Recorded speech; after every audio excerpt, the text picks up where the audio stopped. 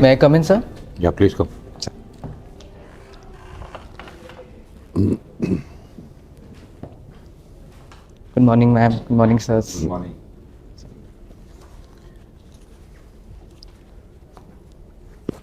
So you have an economics background, Sir. philosophy optional. Sir. You are based in Delhi. You have connection with both UP and Bihar. Yes, sir. Correct? Yes, sir. To begin with, why philosophy? So philosophy, I was always interested from a very young age because I was exposed to spirituality. I started meditating at the age of 5. So I wanted to pursue it as a degree as well. So after I studied economics, I pursued a master's in philosophy.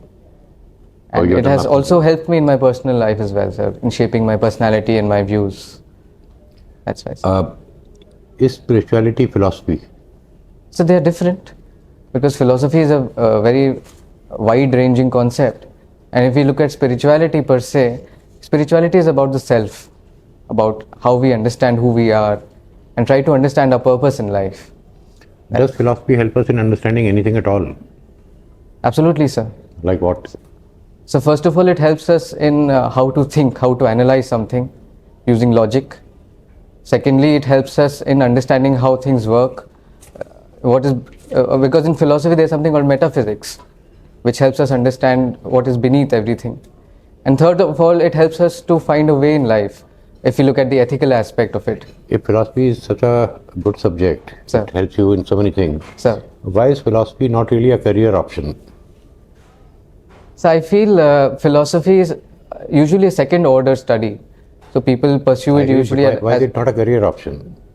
So as a career option, it is more of an applied nature. So people are already there in terms of human resources, education, people who are into ethics. If I do a post-graduation in philosophy, Sir. what kind, barring the civil services, etc., what kind of a career can I have? So one is in education, another is in management, sir. Because in philosophy we learn how to deal with other people, what values we need. So it has applications there. Governance has a philosophical basis. Yes, sir. What is the philosophical basis of governance? So in terms of text, we have our constitution, primarily the preamble. I did not say Indian governance. Sir. I said the philosophical basis of governance. So governance, if we see across the world in general, the basis of governance is justice and equality. Primarily, sir. They can have other manifestations, but this is the foundation. Isn't the foundation of governance also trust between the state and the citizen? Yes, sir. So would you say trust is the foundation of governance or justice? So I would say there are several pillars to governance. So trust and justice would be one of them, few of them. Tell me a few pillars. One is trust. Second is justice. Then? So one would be equality. If I take justice as fairness, Sir. then everything fits into that. Sir. Equality will be part of fairness. Sir. Anything else? Sir, another thing would be freedom, sir, because just giving justice and having fairness is not enough if people do not have the freedom to choose. Now, because you use the word freedom, our constitution uses two words, freedom and liberty. Sir. How do you distinguish? Sir, there are two aspects to this, negative and positive. So one is the ability to do what we want to do, and the other is to enhance our potentials. Which one is which? So one is negative liberty, one is positive liberty. And freedom? I'm asking you to... Freedom is usually seen in the context of negative liberty, sir. So freedom is a narrower concept than liberty? Yes, sir. And why would the constitution use both these words? So one is, I have understood in terms of do's and don'ts, sir. One is what you can do and what you should not do, in that sense, sir. All right, thank you. Sooyash. So Sooyash. What does that mean, Sooyash? So Yash means fame in Sanskrit, and Su is a qualifier in terms of good. So it is like a double qualifier for good fame. Okay, Sooyash. Okay, Sooyash, you tell me you have opted for IRS and IRS, IT and customs, not IFS or IPS as your preference. Any specific reason for that? As far as IPS is concerned, I have a squint in my eyes. Okay. So in terms of medical fitness, that would be ruled out. Okay. And in principle, I admire the foreign service, I have met certain diplomats, but I feel that staying in India on Indian soil and close to my family, I'll be more satisfied. So that is why I've opted for administrative service over foreign service. Okay. You tell me, you have taken done MA Economics and then MA Philosophy, है ना? What is your own philosophy of life? So my philosophy of life is very simple. It's about being happy, having a smile, and serving others. So smile and serve. Good. Okay, I saw from your dev that you have also conducted some youth empowerment and skill workshop for jail inmates. Where you conducted and what? Sir, I regularly go to Tihar jail to conduct these workshops, Okay. wherein we focus on mind management, stress management. Because as you know, sir, jail is a place where the people are in very high levels of stress. There is problems of aggression and insomnia, and often guilt is also there. So to tackle these things, meditation helps, pranayam helps, and sir, I'm a certified yoga instructor as well. So I conduct these workshops and try to help them. Now you visit jail frequently, you said. So you must be aware what are the issues. We talk about prison reforms so many times. Na? Yes. What is your take on that? So primarily one issue is that of overcrowding in prisons, because most of the prisons have been constructed several decades ago, some of them being vestiges of the colonial era. So one is that, sir. Another is that, sir, the whole procedure of the criminal justice system, where the inmates are seen as criminals, even though most of those inmates are under trials and not yet convicted. Almost 75%. If I talk about Tihar jail specifically, sir, Tihar has almost 75% of under trials are not convicts. So they end up spending a lot of years, even through the judicial process. Government is not doing anything for their release for bail or on other aspects. Something has been done by the government recently. So I'm not able to recall a specific program, but the government has tried to overhaul it, especially with respect to the criminal procedure codes being replaced by the Nagrik Suraksha Samhita, from being to be a more citizen friendly and people friendly. They have allocated some funds to the jail authorities that who are under trials and who can't have money to seek bails. They will help them to some. Yes, sir. Yes, sir. There is a revamped prison manual as well, sir, which has come out last year. And why these gang wars? How they happen in the same jail? You said you have. Yes, sir. Yes, sir. What is the reason why we can't take precaution to avoid such things? So one is the security personnel need to be armed with more. They need to be more armed, because I have seen myself, sir. Most of them only have batons. Secondly, sir, some of those prisoners who are more serious offenders, they should be put in solitary confinement or be separate. And we can, sir, use technology such as more CCTV cameras to keep a vigil on such activities. Okay. That is good. In economics, you tell me, what is the status of China's economy at the moment? Sir, China at the moment, even though it is the world's second largest economy, is facing headwinds after having had 3 decades of stellar growth due to several issues, including the COVID pandemic and domestic issues in construction industries. The Chinese economy has slowed down, coupled with the trade frictions with other countries, especially the USA, because China developed its economy on the basis of foreign trade, international trade, sir, and particularly through exports. It became what is called the factory of the world in a way. So China is facing those issues. So domestically they have infrastructure issues. So it is good for India if China is not growing. So it's a good opportunity for India in several respects, because we are competitors in several industries, for example, textiles and other handmade products. So India can take up that space. Okay, thank you. Sooyash, good morning. Good morning. So you are saying that India can take up that place. Sir. There are other opportunities that the other countries are showing up. Sir. So what is the unique advantage that India will have? So one is the market size that we have, coupled with our population being the largest populated country in the world. We have a lot of manpower. Secondly, sir, is the potential for skills, because given the fact that we have so many people, we can skill them and help them integrate with the supply chain and produce for the world, as the government is also making a push for make in India and make for the world. Make for the world, global demand has been coming down.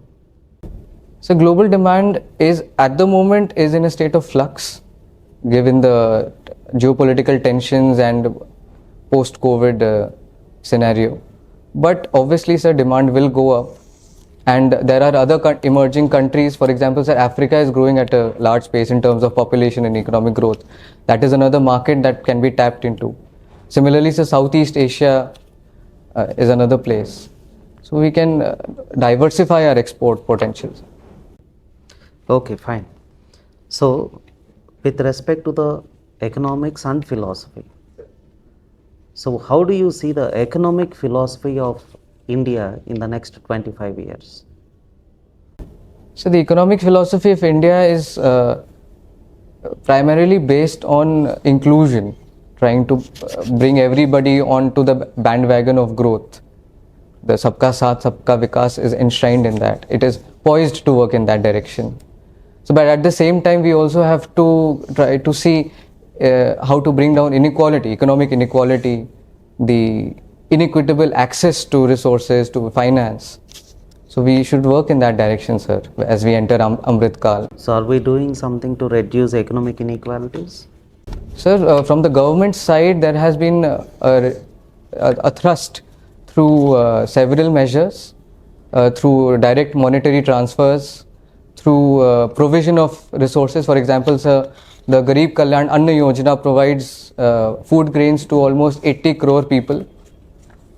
So then there are financial and monetary help through interest rate subvention for credit dispersal to people who are in need, especially small entrepreneurs and MSMEs. But the amount of credit that goes to the grassroots is less portion compared to the loans that goes to the corporate sector. So in that case, inequalities are going to be increased, right? Sir, so one reason for that is the volume of this credit dispersal, because the loans given to people in the agricultural sector compared to those corporates are small in volume. So, but given the size of the agricultural sector and through the lead bank scheme and other financial institutions like NABARD, that can be revamped, sir. Regional rural banks as well, sir. Okay. So now coming to the new criminal laws. Sir. So what do you see the core philosophical change in the approach between the earlier laws and the upcoming laws? Sir, at the very outset, it is a law made by Indians, because the earlier Indian Penal Code was drafted and enacted in 1860.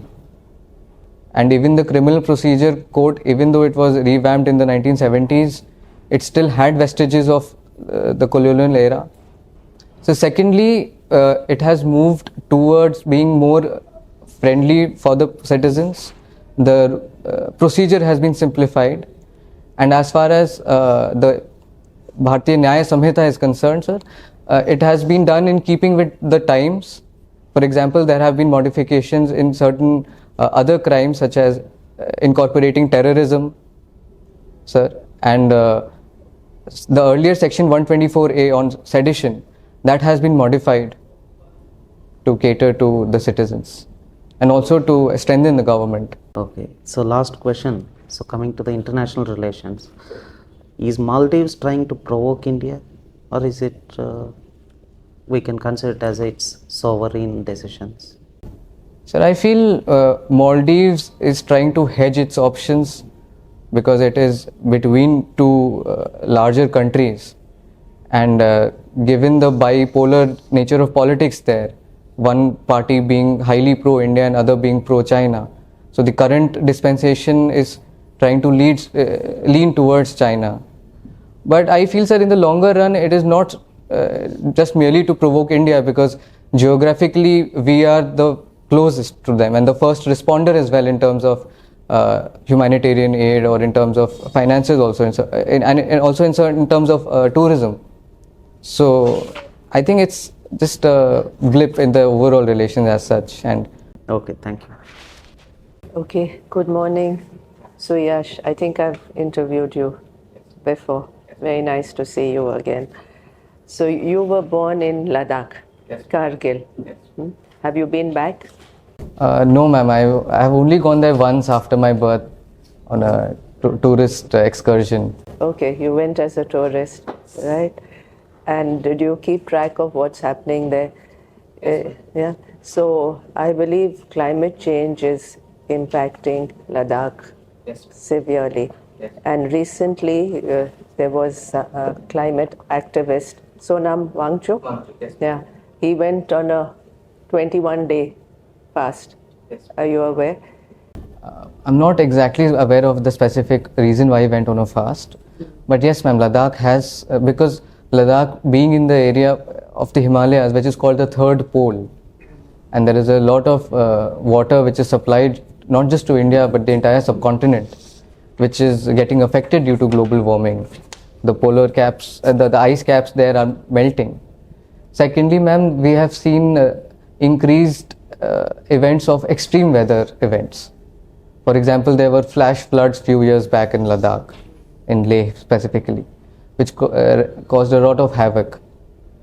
Also for the natural vegetation, ma'am, because of the changing patterns of global warming, the temperatures are changing, so the vegetation and the fauna is not able to cope up with the drastic changes. And the reason is also more vehicles because of more tourism.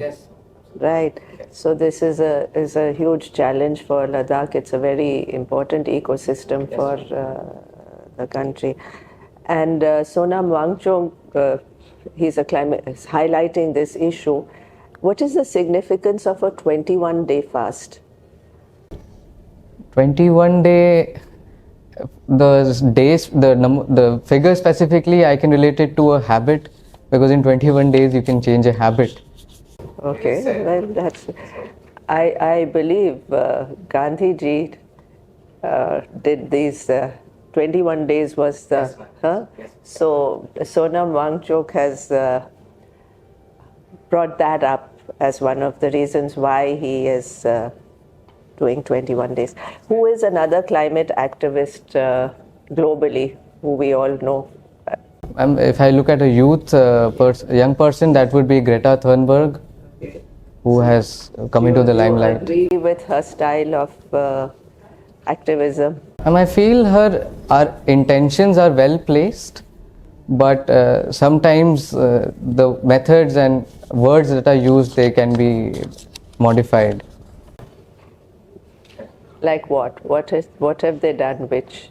I personally feel that sometimes when people try to come into limelight at international organizations, their actions should be more substantive, and merely sloganeering and trying to grab eyeballs is not enough. But they've been taking very solid action, right? Drawing attention of world leaders and actually being there on the ground. She doesn't even fly by air, I believe, because of the carbon emissions. Ma'am, that is true, but she has been accused of cherry picking certain issues, and her mission getting hijacked by certain other vested interests as well. And so my last question I'll ask you about, what do you think of Malala Yousafzai? She's also young. Yeah. Well, ma'am, I would say it is more of a mixed bag in my assessment. She has done some great work for education of women in Pakistan and highlighted it across the world. But unfortunately, her stance has not been so encompassing, especially with respect to the India-Pakistan issues.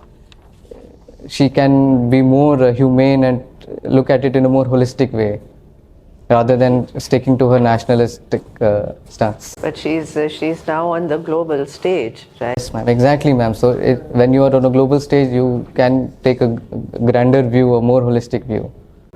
Okay. Okay. Thank you. All right. You said something like, I would not like to be in the IFS because I would like to be here with my family. Now it seems to be a certain leader's claim to fame that entire India is my family, in response to somebody saying that he has no family. So don't you think all of India is your family? Sir, absolutely, sir. India, Therefore, would be India's interests abroad. Would that be the right logic to say that this is why I don't want to join the IFS? no, sir, that is not at all true. IFS, I really admire the services. I had opportunity to meet diplomats as well across the world. Wherever you go in the embassy, you'll find a family. Let me argue that way. So what is your take on it? So in terms of that, obviously, sir, I look at everybody as a family. Especially as a student of philosophy, my sense of self has expanded. But purely on personal grounds, I feel that I'll be able to serve my own parents and my family to a greater extent while in India. All right. We are off from that. As a wellness expert, right? What is the difference and health benefit of the Ramzan kind of fasting and the Navratra kind of fasting? Sir, in Ramzan, as I see it, it is more of a change in time of when we eat. So people undertake a fast throughout the day, and at night, especially in the early morning, early hours, they break the fast. Yeah, I know what it is. I'm asking you, what is the distinct philosophy behind both of them, and how does it relate to the modern explanation of what benefits it brings? So the Navratri fast is undertaken for 9 days. So it usually involves fruit. So that benefits in terms of detoxifying the system. Okay. Because we are not eating too much of grains and cereals. We are not eating them at all. So what are we eating? So we are more into fruits, more liquid diet. Fruits and stuff which grows underground or underwater. Right? So it's about eating what one does not eat for the rest of the year. So deficiencies of micronutrients are compensated and detox. Right? What of the roza? What benefits can staying hungry for 12 hours or so entail? Sir, there's something called autophagy. Where Autophagia, yeah. I was looking for that word. You should have mentioned it right in the beginning. Right? Japanese. yes, it got a Nobel Prize also. Yeah, that is the difference between them. Well done. Now, talking about Kargil, right? What are the key learnings, plus and minus? Start with the minus. So in terms of the war, sir. So the minuses was we realized that we have to be vigilant always, because we had vacated our posts in the winter and you should have listened to the shepherds. yes, sir, we gave heed to them and took our positions back. 4 months later. Yes, sir, it took a lot of time, sir. But because we used all our resources, including the Air Force. That's the positive. But come to the negatives. Ground intel should not be neglected at all. Yes, in terms of intelligence gathering, I feel we could have done better, especially. You should not let your guard down. So, how many posts were vacated, by the way? I'm not exactly aware of the figures. I think 130 to 150 perhaps. And they came and occupied some 300. Roughly that. Okay. What about the arms and ammunition? What are the takeaways? Sir, during the war, our ammunition dumps were attacked. So, in terms of where we had placed them, they could be improved. Secondly, sir, in terms of the specific arms, I'm not sure, sir, what went wrong, sir. What was the biggest proof that Bofors is an effective weapon? Yes, sir. Yes, sir. Yes. And you fell short of shells. Yes, sir. So, how did you get shells? Sir, I recall we had to get it from other countries, perhaps Russia and Israel, they helped us. Israel and rooted through South Africa. Anyway, the third most important, what was the role of the media? Good or bad? Sir, I would assess it to be a mixed affair because this was perhaps the first war which was telecast live on television. So the people got to know about it. The Iran-Iraq was the first one to be televised, but anyway, for India, yes. Yeah. Yes, sir. But the negatives were, sir, that it also affected the morale of the soldiers because when we saw the... No, that comes much later. Barkha Dutt was giving away the positions. Yes, sir, that was also there, sir. No, that caused so many casualties. So we saw a similar episode in 2611 as well. So from that we have learned. I was getting IB reports. My God. Anyway, so this, now the last, again relating to it. Politically, why did the people of Kargil why were they not with the Pakistani invaders? So the Kargil people from the beginning have been with India from the times of the princely state era. Why were they not with the Pakistanis? The people of Valley will be with the Pakistanis. So the people of Valley also are with India. There's a point I'm trying to make. Please get the point first. There is a religious divide between... Yes, sir. The Leh being primarily Buddhist and Kargil has a Shia majority. And Pakistan being a Sunni Muslim majority country. The Valley finds resonance, but Kargil does not. I'm through. All the best. Great. Yeah, all the best. Bye.